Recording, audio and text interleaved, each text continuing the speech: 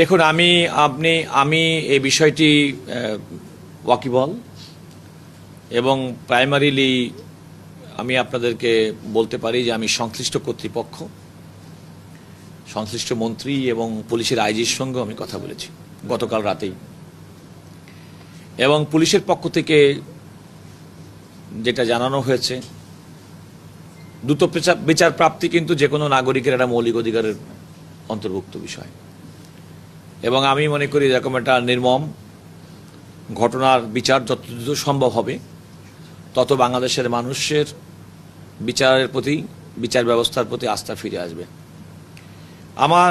তাদের কথা শুনে যেটা মনে হয়েছে, মাননীয় আইনমন্ত্রী ইতিমধ্যে নির্দেশনা দিয়েছেন, আমি নিজেও আইজিপির সঙ্গে কথা বলেছি, এবং তারা দ্রুততম সময়ের মধ্যেই এটা তদন্ত প্রতিবেদন দিবেন। এবং এটা সম্ভব এই কারণে,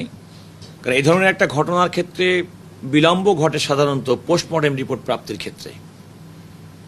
তো সেটা যদি হয়ে যায়, কারণ ইতিমধ্যে কিন্তু যারা আসামি তারা গ্রেপ্তার হয়েছেন, তারা স্বীকারোক্তি দিয়েছে, আর সাক্ষী যারা, ঘটনাস্থল তো একেবারে একটা অ্যাপার্টমেন্টের মধ্যে, ফ্ল্যাটের মধ্যে, সাক্ষীও কিন্তু ওই এলাকা ভিত্তিক, সুতরাং এমন না যে আপনার সাক্ষী পেতে কোনো অসুবিধা হবে। তো সুতরাং একটা মামলার বিচারিক প্রক্রিয়ায় যাওয়ার জন্য প্রথম পদক্ষেপ হচ্ছে তার একটা তদন্ত দ্রুত সম্পন্ন করা, এবং আমি মনে করি পুলিশ কর্তৃপক্ষ দ্রুত তদন্ত সম্পন্ন করেন। আইজি সাহেব যেটা বলেছেন যে একজন ডিসিকে এবং তদন্তকারী কর্মকর্তা প্রয়োজনে তারাও অ্যাটর্নি জেনারেলের সঙ্গে কথা বলবেন বলে তিনি আমাকে জানিয়েছেন প্রয়োজন হলে। তবে এইরকম মর্মান্তিক ঘটনার দ্রুত বিচার রাষ্ট্রের পক্ষ থেকে হলে আমি মনে করি যে আগামী দিনে এই ধরনের ঘটনা পুনরাবৃত্তি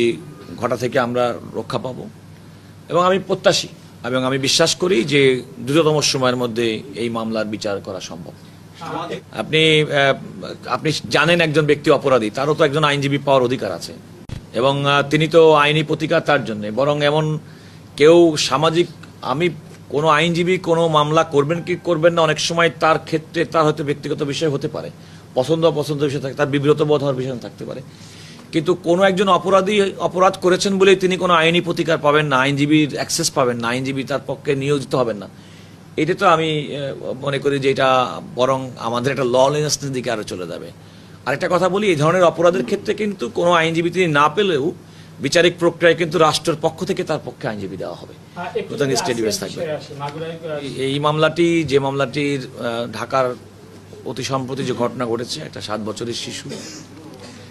আমি মনে করি যে, প্রত্যাশা করি যে এই মামলার ঘটনা প্রবাহ, আসামি গ্রেপ্তার হয়েছে, আসামি দোষ স্বীকারোক্তিমূলক জবানবন্দি দিয়েছেন, সাক্ষীরা সবাই ওই বাসার মধ্যে, এর সমস্ত প্রমাণ আছে, মেডিকেল রিপোর্ট, পোস্টমর্টেম রিপোর্ট, এগুলো যদি চলে আসে, তদন্ত যদি দ্রুততম সময়ের মধ্যে নিষ্পত্তি হয়, তাহলে তো বিচার বিলম্বিত হওয়ার কোনো কারণ নেই।